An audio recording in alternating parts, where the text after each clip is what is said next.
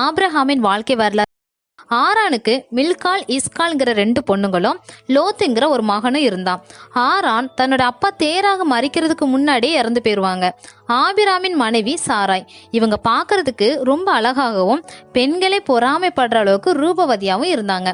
ஆனாலும் இவங்களுக்கு குழந்தை இல்லாம இருந்தது. தேராகு தன்னுடைய குமாரன் ஆபிராமையும் சாராயும் தன் பேரன் லோத்துவையும் கூட்டிட்டு கானான் தேசத்துக்கு போகலான்னு புறப்படுறாங்க. அவங்க எல்லாருமே ஆரான் தேசத்துக்கு வரும்போது அங்கேயே எல்லாரும் தங்கிடுறாங்க. தேராகு ஆரான் தேசத்துல இருக்கும் போதே இறந்து போயிடுவாரு. அவரோட ஆயுசு நாட்கள் 205 வருஷம்தான்.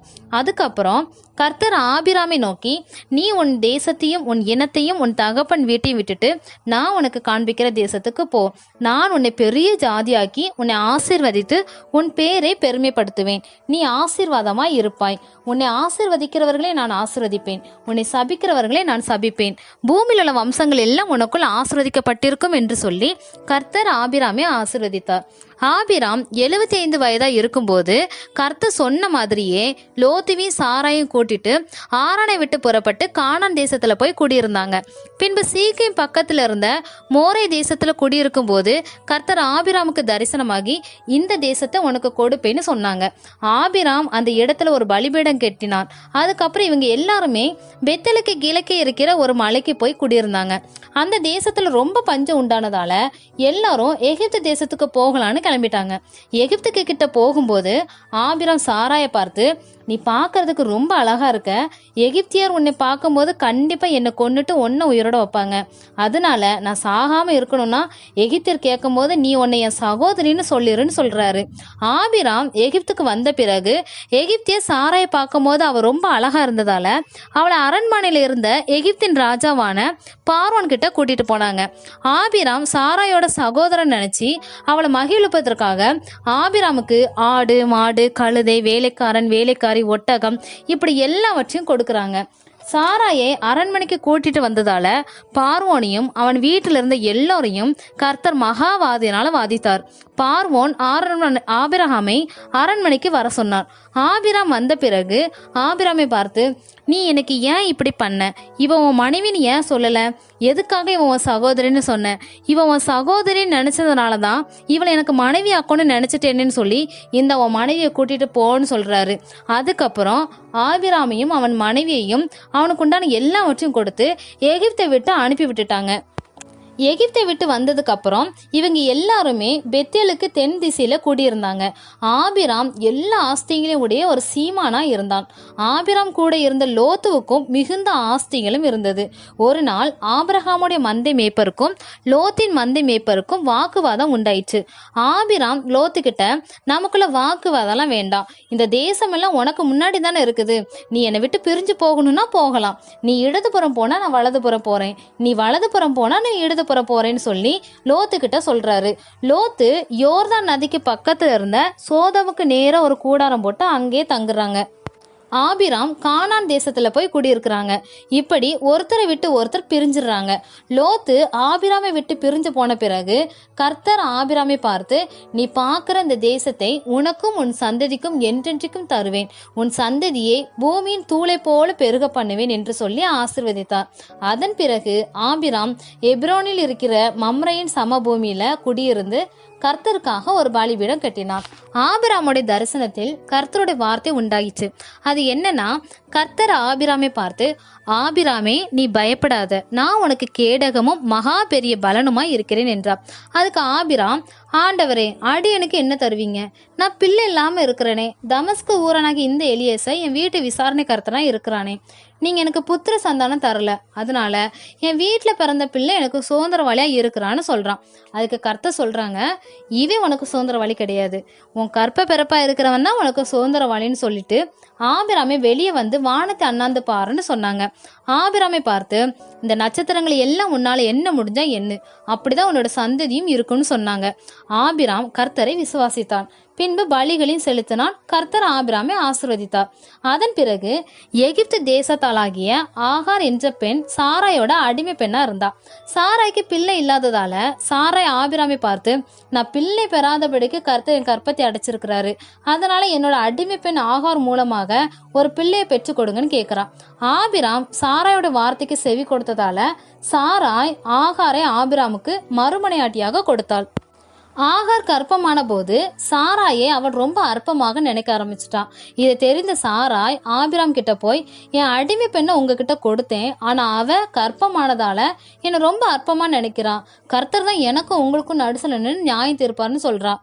அதற்கு ஆபிராம் சாராயை பார்த்து, அவ உன்னோட அடிமை பெண் தானே, உன்கிட்ட தானே இருக்கிறான், உனக்கு எது நல்லதோ அதை பண்ணுன்னு சொல்லிட்டு போயிட்டாங்க. சாராய் ஆகாரை ரொம்ப கடினமா நடத்தினதுனால அவளை விட்டு ஓடி போயிட்டான். கர்த்தருடைய தூதன் வனாந்தரத்துல சூருக்கு போகிற ஒரு வழியில நீருற்றண்டையில ஆகாரை பாக்குறாங்க. ஆகாரை பார்த்து, சாராயோட அடிமை பெண்ணாகி ஆகாரே, நீ எங்க இருந்து வர, எங்க போறேன்னு கேக்குறாங்க. அதுக்கு ஆகார், நான் என் ஆச்சர் சாராயை விட்டு ஓடி போறேன்னு சொல்றான். அப்போ கர்த்தருடைய தூதன் அவளை பார்த்து, நீ உன் ஆச்சர்கிட்டே போ, அவ கைக்குள்ளே அடங்கி இரு, உன் சந்ததியை மிகவும் பெருக பண்ணுவேன், நீ இப்ப கர்ப்பவதியா இருக்க, ஒரு குமாரனையும் பெறுவ, அவனுக்கு நீ இஸ்மவேல்னு பேருவை, அவன் துஷ்ட மனுஷனா இருப்பான், அவனோட கை எல்லோரோட கைக்கு விரோதமாகவும் எல்லோரோட கையும் அவனோட கைக்கு விரோதமாகவும் இருக்கும்னு சொன்னார்.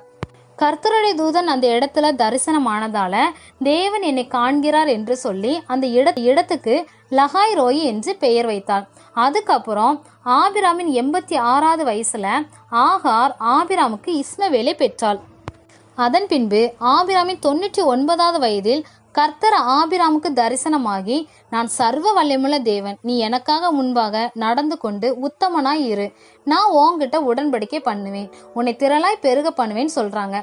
ஆபிராம் கிட்ட, நீ திரளான ஜனங்களுக்கு தகப்பன், அதனால இனி உன் பேர் ஆபிராம் இல்லை ஆபிரகாம், இனி உன் மனைவி சாராயை நீ சாராயின்னு கூப்பிடக்கூடாது, அவள் திரளான ஜாதிகளுக்கு தாயாய் இருப்பதால அவளை இனி சாராள்னு தான் நீ கூப்பிடணும்னு சொன்னாங்க. மேலும் கர்த்தர் ஆபிரகாமை பார்த்து, எனக்கும் உனக்கும் உனக்கு அப்புறம் வர எல்லா சந்ததிகளுக்கும் என் உடன்படிக்கை ஏற்படுத்துவேன். அது என்னன்னா, உங்களுக்குள்ள பிறக்கிற சகல ஆண் பிள்ளைகளும் விருத்த சேதனை பண்ணணும். தலைமுறை தலைமுறையா வீட்டில் பிறக்கிற சொந்த பிள்ளைங்க, தத்து பிள்ளைங்க, இப்படி எல்லா ஆண் பிள்ளைங்களும் 8வது நாளில் விருத்த சேதனை பண்ணப்படணும். அப்படி பண்ணலைன்னா என்னோட உடன்படிக்கை மீறுகிறவர்களா நீங்க இருப்பீங்க. என் உடன்படிக்கை நீங்க மீறினா தன்னோட ஜனத்தில் இல்லாதபடிக்கு அறுப்புண்டு போவீங்கன்னு சொன்னாரு. அதுக்கப்புறம் கர்த்தர் ஆபிரகாமை பார்த்து, சாராள் கிட்ட இருந்து ஜாதிகளை உண்டாக்குவேன்னு சொல்றாங்க. அதுக்கு ஆபிரகாம் நகைத்து, 100 வயதானவனுக்கு பிள்ளை பிறக்குமா, இல்ல 90 வயதான சாராளுக்கு தான் பிள்ளை பெறுவாளான்னு சொல்லி மனசுல நினைச்சுக்கிட்டாங்க. கர்த்தர்கிட்ட போய், இஸ்மவேல் உமக்கு முன்பாக பிழைக்கணும்னு சொல்லி ப்ரேயர் பண்ணாங்க.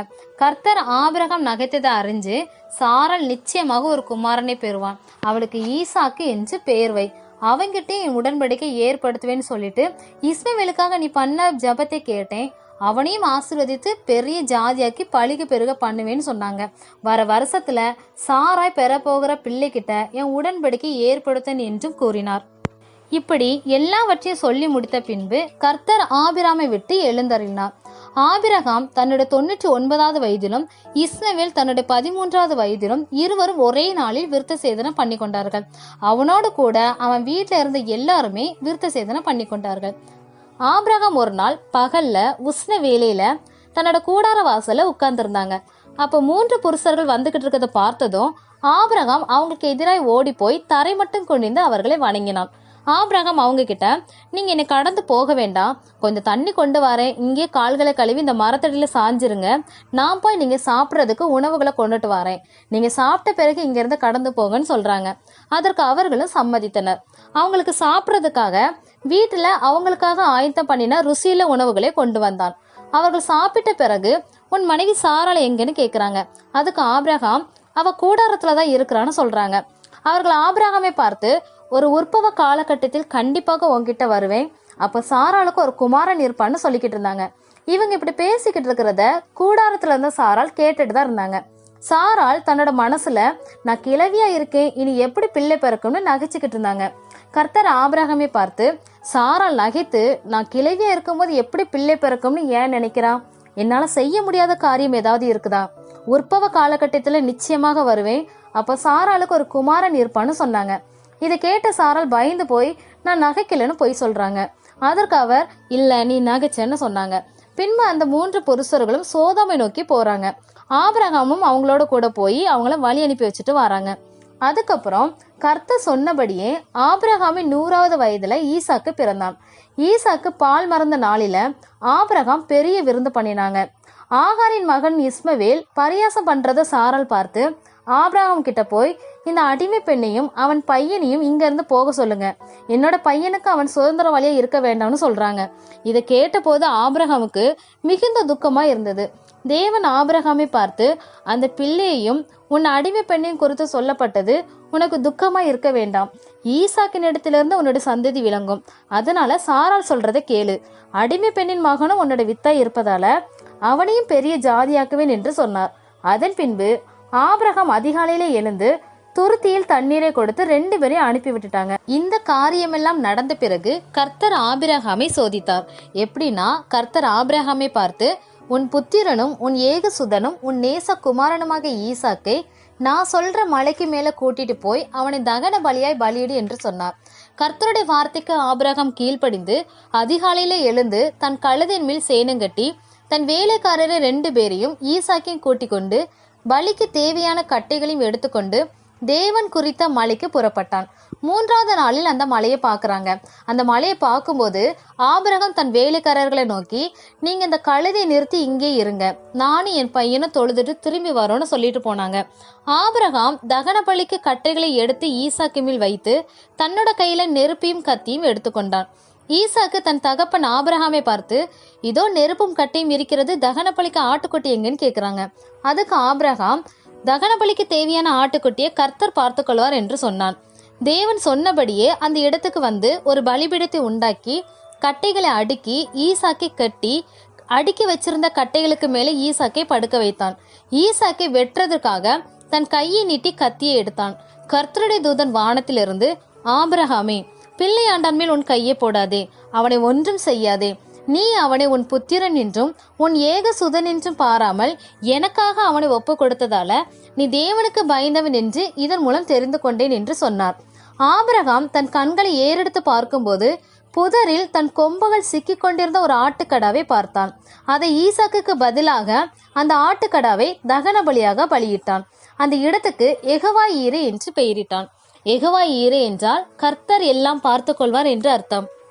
அதன் பின்பு கர்த்தர் ஆபிரகாமை பார்த்து, நான் உன்னை ஆசிர்வதிக்கவே ஆசிர்வதித்து உன் சந்ததியை வானத்து நட்சத்திரங்களைப் போலவும் கடற்கரை மணலைப் போலவும் பெருகவே பெருக பண்ணுவேன் என்று சொல்லி ஆசிர்வதித்தார். மேலும் நீ என் சொல்லுக்கு கீழ்ப்படிந்ததால உன் சந்ததிக்குள் பூமியில் உள்ள சகல ஜாதிகளும் ஆசிர்வதிக்கப்படும் என்று சொல்லி ஆணையிட்டும் கொடுத்தார். பின்பு ஆபிரகாமும் ஈசாக்கும் அவனோடு இருந்த வேலைக்காரர்கள் யாவரும் புறப்பட்டு போய் பெயர்சேபாவில் தங்கினார்கள். அதன் பிறகு சாராள் 127 வயதில் மரித்து போனாள்.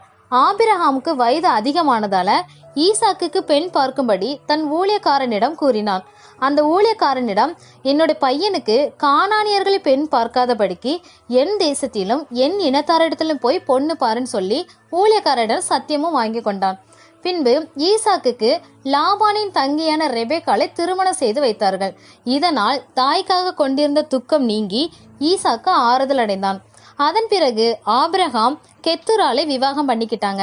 அவங்க மூலமாக பிள்ளைகளும் பிறந்தாங்க. ஆபிரகாம் தனக்கு உண்டான எல்லாவற்றையும் ஈசாக்குக்கு கொடுத்தான்.